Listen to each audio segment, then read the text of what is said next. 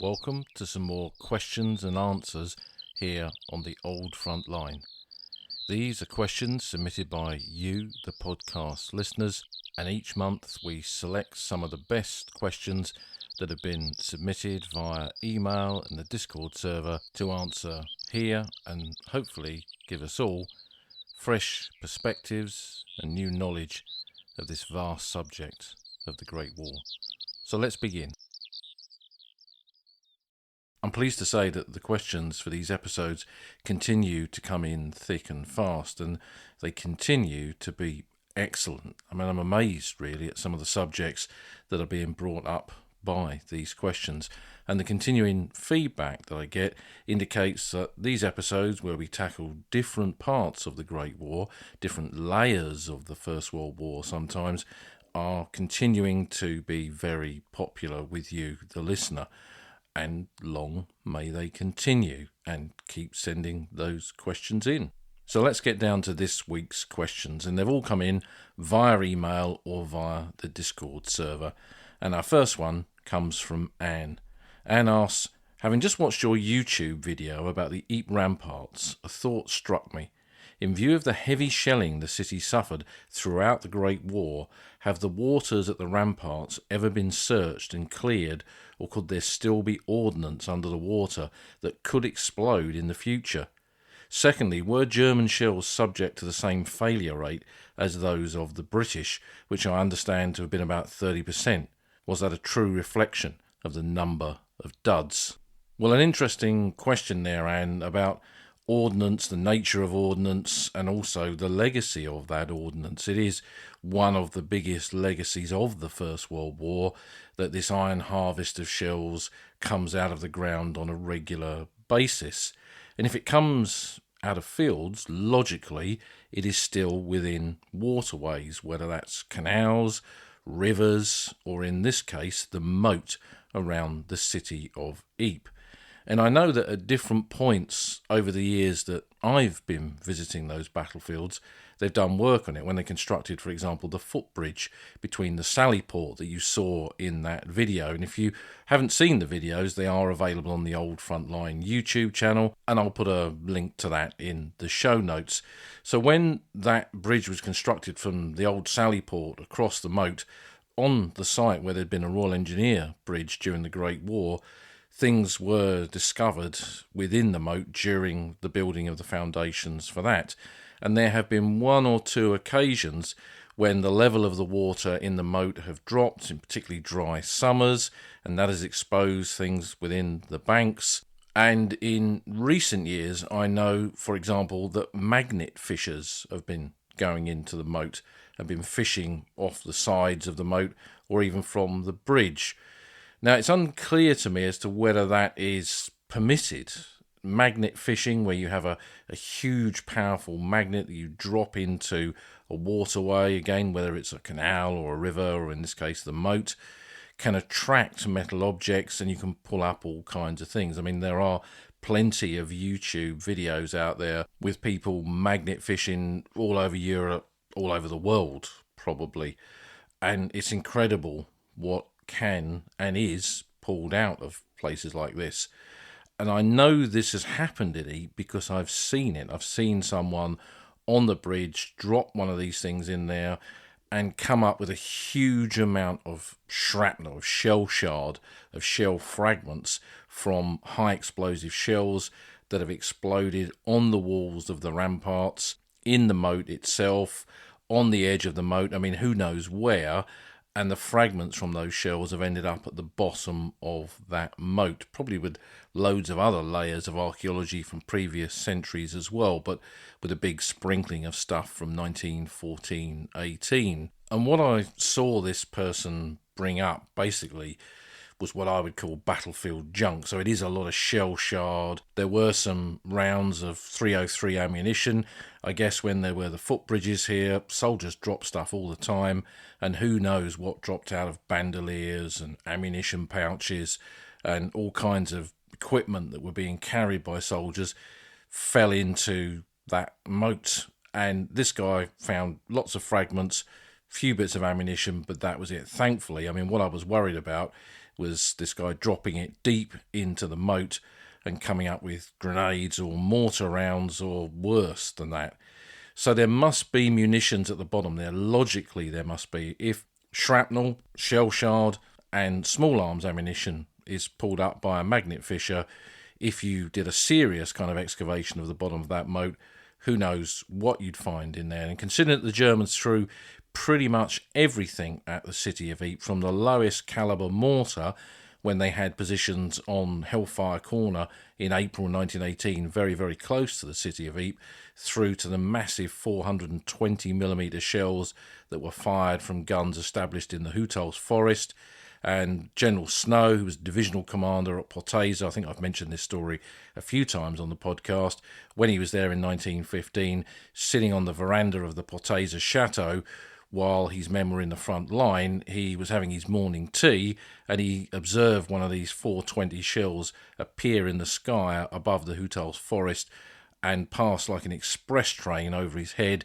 He turned round to watch it hit one of the great buildings in the city of Ypres and tear it apart. Now, who knows if any of those dropped short and landed in the Ramparts area and in the moat of the city of Ypres. So really, who knows what is in there, and I'm sure that this is a problem. I don't recall in recent years the local bomb disposal unit being called out to deal with anything in the moat itself, but a few years ago they were doing some work on the moat bridge and the road junction directly in front of the Menin Gate, where they found quite a lot of ordnance there, including stuff that hadn't gone off, and also the bones of horses that had been killed coming over that moat bridge, going up the Menin Road, coming back from Hellfire Corner. I mean, who knows what the story is there. So aside from the munitions, there's going to be all kinds of archaeology within that moat itself. And perhaps one day there will be some kind of project to explore that properly, because it's just as important as doing excavations in a field on the battlefield area, right up in the front line. And considering that there are underwater drones now, I mean, in the next few years, who knows what kind of technology can go into a moat like the one at Ypres, and who knows what it'll find. So that again is the pages of Great War history still turning. Now, the second part of your question was about the ordnance itself. You mentioned the dud rate. These are shells that never went off. And I think this figure of 30% for the British is only an approximation. I don't think it could ever be calculated accurately. And when you look at different periods of the war, I suspect it would change. When you had quite a big workforce that was not properly trained, I suspect there were more duds being produced in the munitions factories in Britain, and shells were not going off. And certain fuses were known to be better than others, and that was adapted over the course of the war, so more shells did explode. So it was an ongoing process. When you read the accounts of men who were on the battlefield, particularly in that period of the Battle of the Somme, they talk about getting to the German wire and finding it like an ammunition dump, where all of the unexploded shrapnel shells that haven't gone off because the fuses didn't work are lying amongst the German wire that they should have cut. So there was quite a high percentage in some bombardments, but I think by 1918 they were beginning to perfect a much better production process and much better fuses to ensure that those shells, that ordnance, actually went off. In terms of how that compares to the Germans, I've never seen any kind of figures for that. I've never seen any comparative study of the production of German ammunition in the First World War and what percentage of it didn't work. And I suspect the records today following World War II bombing of Germany probably don't allow that to be done on a kind of full scale. There may well be publications during or after the First World War where the Germans look back on that. Perhaps in the post-war Germany there was little interest in looking back on the production of munitions in that most recent conflict, which had resulted in German defeat, to assess whether it was of any purpose, use or ability. So maybe those studies just don't exist. Logically, I suspect the Germans had exactly the same kind of problems that the British had with shell production, and indeed the French and every nation that fought in the Great War. Bringing in largely unskilled workers that would require rapid training to produce these munitions was fraught with issues. So probably, I mean, it's definitely a study in its own right, Anne, but we'll probably never have a clear answer to that. So I hope that's been of interest, and I hope it hasn't inspired you to go magnet fishing in Ypres, because that is not something that I would advise. I'm not sure of the legality of it, and also I would advise in terms of the safety of it, because you just would never know what you were going to pull up. So thanks for that, Anne, and we're going to move on to question number 2, which comes from Robin Pratley. Recently I discovered that a distant cousin on my dad's side of the family was serving in the Inland Waterways Service. What was this, and did it serve in France and Belgium? There's a kind of a link here with Anne's question, not quite in a moat, but we're now moved on to canals. Well, the Inland Waterways Transport, or IWT, was actually a unit of the Royal Engineers, part of the British Army, and it was formed in response to the kind of landscape that the British Army inherited when it moved its forces across to France in the early phase of the Great War, particularly once the front was established from Flanders down into northern France, which in those first 9-12 months of the war, that's where the bulk of the British forces were located. Behind it, going back towards the coast, was a whole network of canals linking up all the towns and even some of the small villages, and creating a kind of super highway that could be used alongside the roads to ship up war material, supplies, ammunition, equipment, everything else, not on the road, not with trucks that had fuel in that cost money, but on a waterway, a canal. So a unit was formed to bring over men who had this kind of experience, who'd worked, for example, as bargemen on the canals of Britain, and bring over barges to France and Flanders and utilise them on the battlefield area or behind the battlefield area in that canal infrastructure. And the IWT of the Royal Engineers, the Inland Waterways Transport, was formed as early as December 1914 under the command of a Colonel Holland. And it used those canals very effectively in its first few months of existence. And there's a quote relating to them which says, "The main work of the Inland Waterways Transport was the carriage inland from the ports of bulky traffic of no great urgency, for example, hay, oats, timber and bricks, but also ammunition for building up reserves during quiet times." So the heavy kind of logistics that was required for road building or construction that would take a whole fleet of lorries to move around could be much more easily moved in barges, and they were by this IWT Royal Engineers unit. And in addition, with the food for animals, again, that was a huge amount of food that was required just to keep animals on or near the battlefield, with tens of thousands of horses and donkeys and mules. They had to be fed. They needed hay for where they were based behind the lines. And it was, again, much easier to move that via barge than it was with horse transport or with lorries. So it became an essential part of the infrastructure.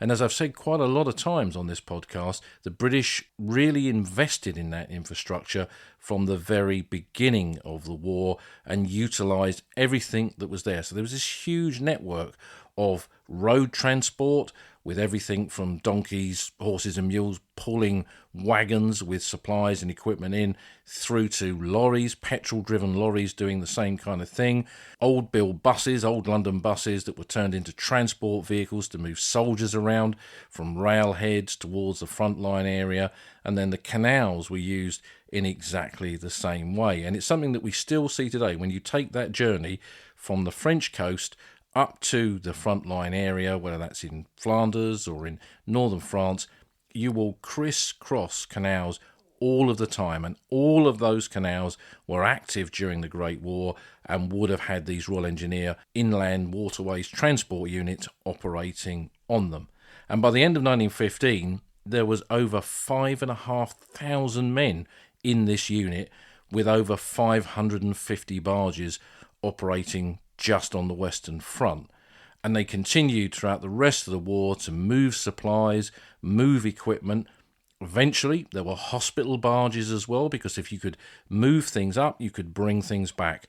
And in terms of the wounded, it was another way to evacuate them. Men that didn't have high priority wounds that you could stabilise, put onto a hospital barge where there would be doctors and nurses from the different nursing units that form part of the British Expeditionary Force. You could use these hospital barges to bring the men back to the area closer to the coast where there were the base hospitals. And even at one point, the barges were used to move fresh water, because again, fresh water was a massively important commodity and a precious commodity on a battlefield, and you needed infrastructure to bring that up. It could be brought up in petrol tins in the back of lorries, but you could also bring up much greater volumes of it within these barges. So they were incredibly important. And the barges could go direct from the docks up in northern France onto the coastal area and then inland via this canal system, most of which were joined up. And they could get right up towards the battlefield area. So, for example, at Bethune in northern France, there was quite a big canal dock area there, and it became a drop-off point for all the kit, supplies and everything else that was being brought forward by these barges. And it was also a point in which wounded were brought to, one of the closest points where there were hospital barges to the front line and therefore nurses on them. So this became an area, Bethune, where women got close to the realities of the battlefields of the Western Front. Much beyond that, you wouldn't see places where nurses would be. It was too close to the front line, and there was always that fear of them being killed or wounded. But at Bethune, there were casualty clearing stations just the other side of the town where nurses were working there, and also on these hospital barges too. And when you look at the kind of men that were in these units, Robin, and you mentioned the fact there was a distant cousin on your father's side who served in this unit during the Great War, they were a much higher proportion of them were older men.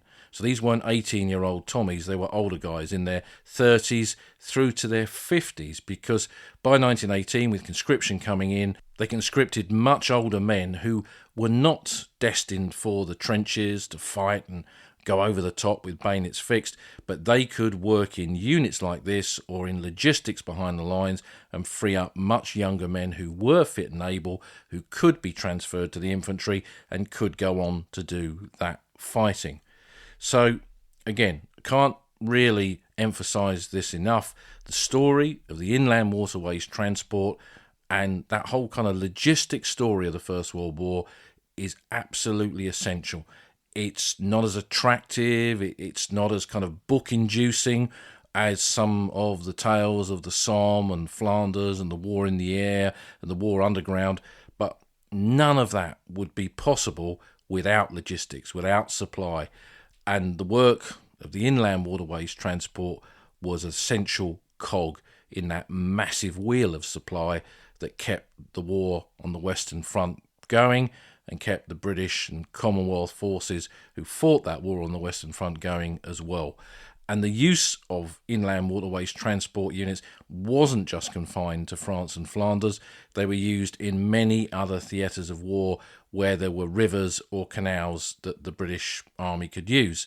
My great-uncle, Albert Youngs, was a bargeman from Colchester in Essex. He worked on the River Hythe, and he ended up in the Inland Waterways Transport in Mesopotamia, working on the River Tigris there. So wherever there were waterways, wherever these barges of the Inland Waterways Transport could be implemented, they were there doing their bit. Not as glamorous as the infantry, there's no Victoria Crosses in that kind of work, but it's so important. And thank you, Robin, for giving us the opportunity to talk about it. So let's move on to question number 3, and this one comes from Ian Carr. Ian asks, how differently would the French portray the last 100 days to the way it's perceived and recorded in the UK? Well, that's a good question. First of all, what is the last 100 days? Well, it's generally that period from the 8th of August 1918 with the Battle of Amiens, that decisive day on the Somme when British and Australian and Canadian and French forces ruptured the German line on the Somme, a day, the 8th of August 1918, which Ludendorff said was the Black Day of the German army, which led to the final 100 days of the war on the Western Front, ending with the armistice on the 11th of November 1918. So the British Army and its Commonwealth forces that had been on the back foot, stemming the tide of a German advance on the Somme, in Flanders, on the Chemin des Dames, and in the Second Battle of the Marne, now was on the offensive, pushing the Germans back across the Somme battlefields, back across the Hindenburg line, until in early October they were breaking through the final line of trenches, and it was open warfare up until that last moment in places like Mons. So that's the kind of traditional British and Commonwealth narrative of it, looking at that breakout from Amiens to Mons in that final period of the First World War on the Western Front.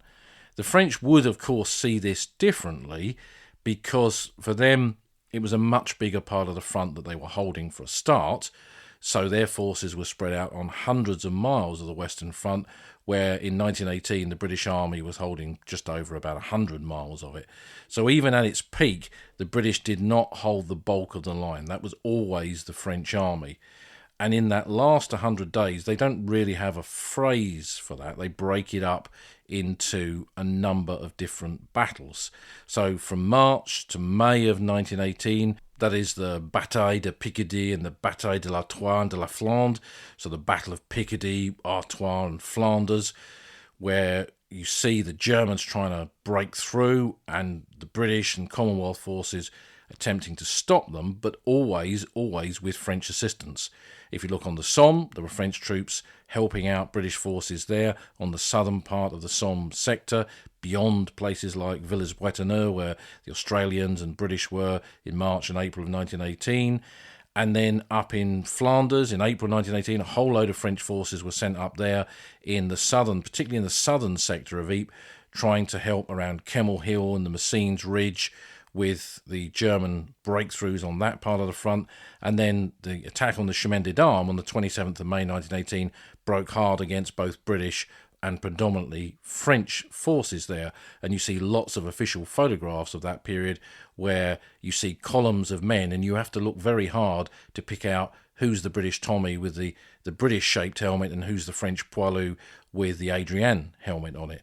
So they were really important French troops coming to British and Commonwealth assistance during that period.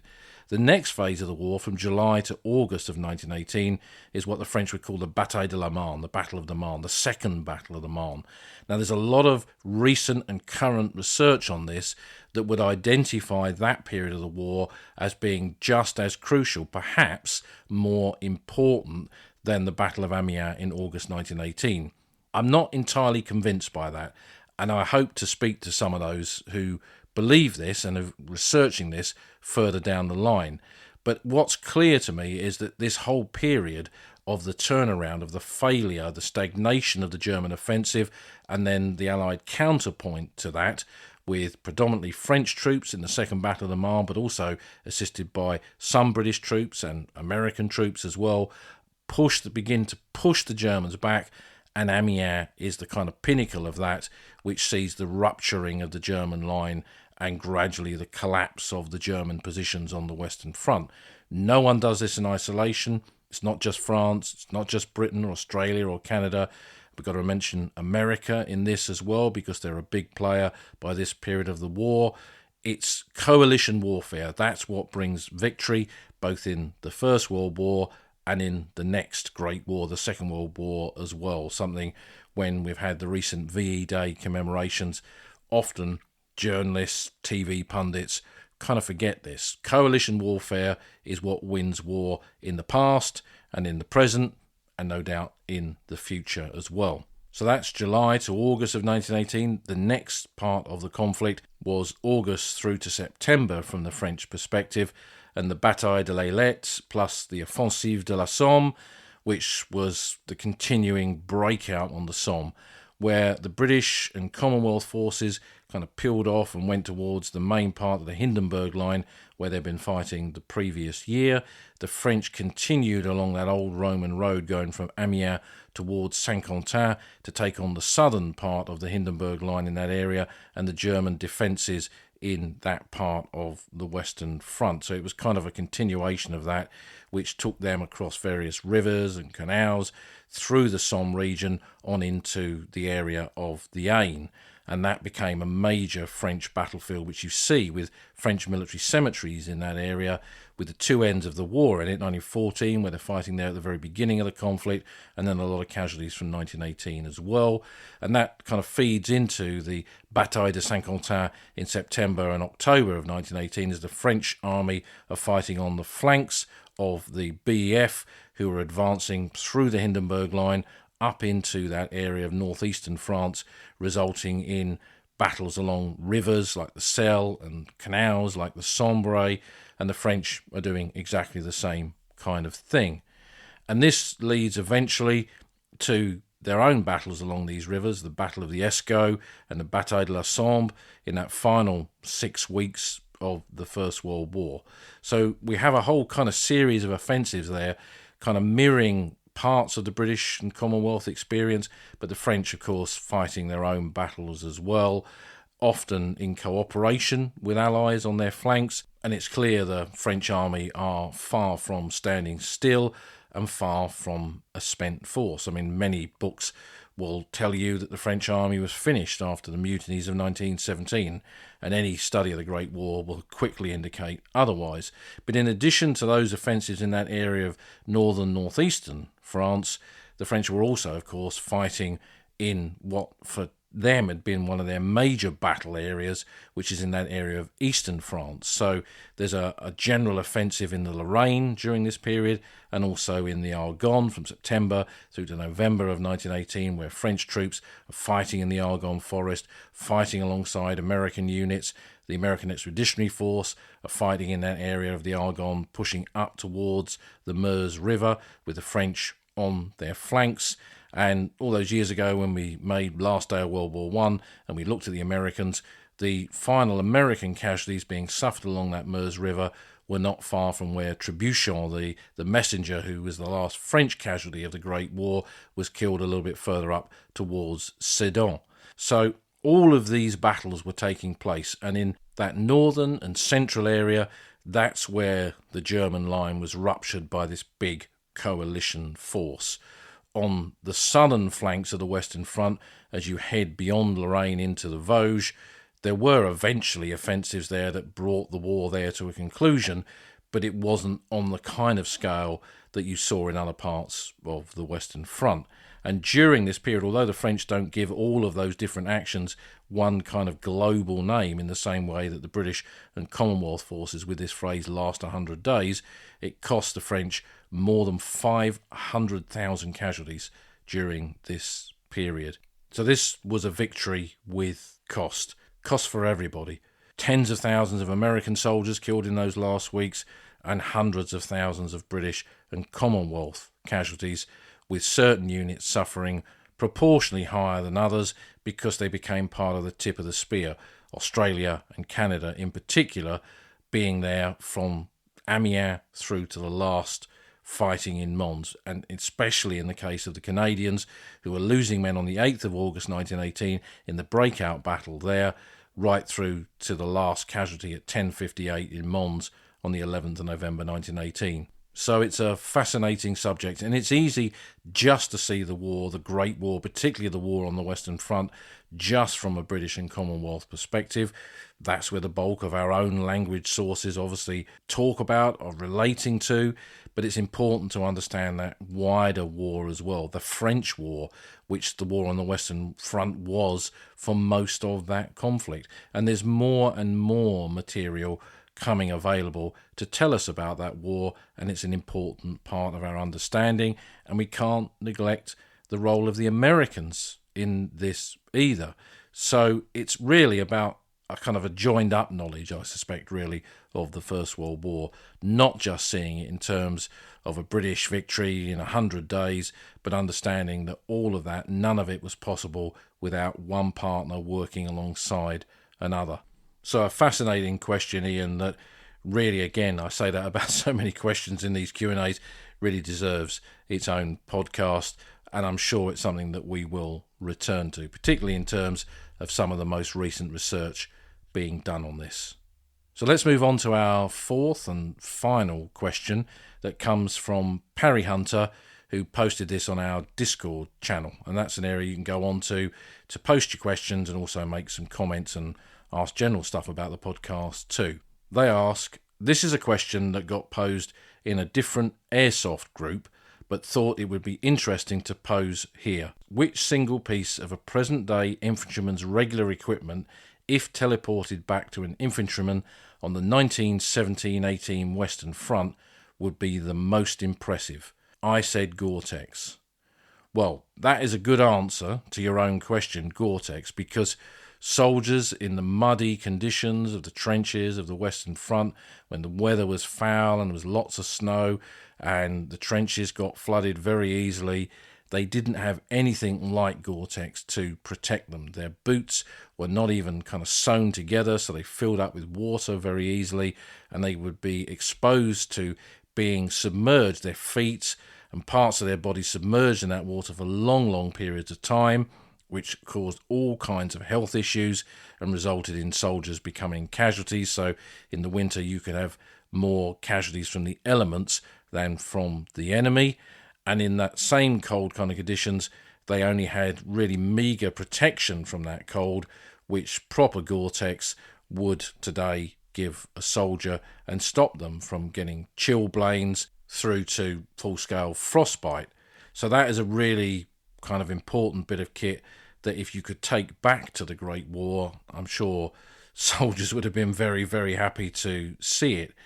But in terms of my own answer, I think you could come up with all kinds of things, certain types of weaponry, certain types of anti-tank missiles and multiple launch rocket systems and all this kind of stuff. But I think in terms of an ordinary infantryman's experience, one of the big things that if you could take back to that period of the Great War is plate armour. Because if you look at modern soldiers, they carry a lot of armour to protect them. The survivability of soldiers on the battlefield is really important. The level of training, the expense of that training, everything else that's put into putting that soldier onto that battlefield today has a cost to it, and you want to preserve that soldier's life and his ability to continue to fight as much as possible. In the First World War, it wasn't that men were more expendable. The army, of course, was much bigger, but there was no technology to try and save their lives in the way that can be done today, with a mixture of protection in the form of this plate armour through to, of course, medical advances as well. Conflict in the last 100 plus years has moved medicine forward in ways hitherto unknown and has made the ability of surgeons and medical officers to keep soldiers alive, save their lives, much greater. So that's, again, not in isolation. But the issue of armour to soldiers does mean that even with really horrendous wounds or massive impact from explosions or ordnance, whether that's IEDs or mortars or artillery fire, means that their chances of living through that because of this protection is much greater. Whereas in the First World War, no such armour, no such protection existed, certainly not initially. Now, as the war went on, they did introduce trench armour. I used to have a set of the German trench armour, which was this massive armoured sheeting that went over your shoulders, protected the front of your body. It had kind of a little fishtail that protected the lower part of your abdomen and the upper parts of your legs. You had another plate that affixed to the German Stahlhelm, the steel helmet, to give extra protection there. It weighed an absolute ton, and to try and move around with this stuff on would have been very, very difficult. It wasn't for going over the top in. It was largely for men who were on sentry go that could come under artillery, mortar fire, more likely sniper fire. So it was a different kind of armour. The British did experiment with this kind of stuff, the French too. There are lots of photographs of this out there where a kind of armour is introduced, and there were in the British Army, there were private purchase body shields that could be purchased through popular newspapers and magazines, and they were guaranteed, the advert said, to save your life if you were hit by a bullet. Now, there are plenty of examples of, in particular, officers, because they were the ones that would have had the kind of money to buy extra kit like this. An ordinary soldier on £1 a day is not going to go into a magazine like the Bystander or the Sphere or the Graphic and order up a body shield that could cost more than he's ever paid for anything in his life. So there are examples of officers having these, wearing them, going into action and then getting hit by rifle and machine gun ammunition, and these body shields being pretty much useless because the armour was so thin. There was a lot of padding with them, but the actual armour plating of it was very thin. That's why they were wearable. You could move around in them, but the actual protection they gave was fairly minimal. And I think if soldiers in the Great War would have had the kind of body armour that is issued to soldiers on the battlefield in recent conflicts and right now in Ukraine, then their chances of surviving those trenches and that experience of trench warfare probably would have been a lot greater. There still, of course, would have been issues with medicine, because without antibiotics to stem infection, that was one of the greatest killers. So although you might be wearing armour plating that could save you, and you weren't killed instantly by a blast or a bullet, you could still have an injury that could get infected and you could die from that infection. So again, a bit like kind of coalition warfare, what you're looking at here, if you're going to take something like that back into the past, it can't be seen in isolation. But a great question, thank you for that. And if any of you listening to this want to kind of pop in your own ideas as to what bit of kit should go back to the trenches of the First World War, then please add that to the podcast website or post something on social media. So thanks to all of you for our questions this week. As always, keep sending them in. You can do so via email and the Discord server. Quite a few of you recently have also sent in fan mail, which is kind of a text message that comes in. I don't see your number, and unless you put your name on there, I don't know who you are, and I can't respond to those. But I'm quite happy to receive questions via that method. Keep them coming in, and details of how to send your questions in are contained in the show notes of this episode.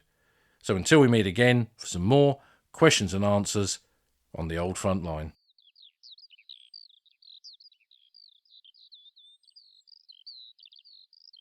You've been listening to an episode of the Old Front Line with me, military historian Paul Reed. You can follow me on Twitter at Somcor. You can follow the podcast at Old Frontline Pod. Check out the website at oldfrontline.co.uk, where you'll find lots of podcast extras and photographs and links to books that are mentioned in the podcast.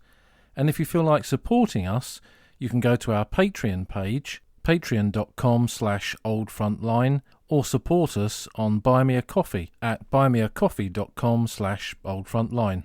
Links to all of these are on our website. Thanks for listening, and we'll see you again soon.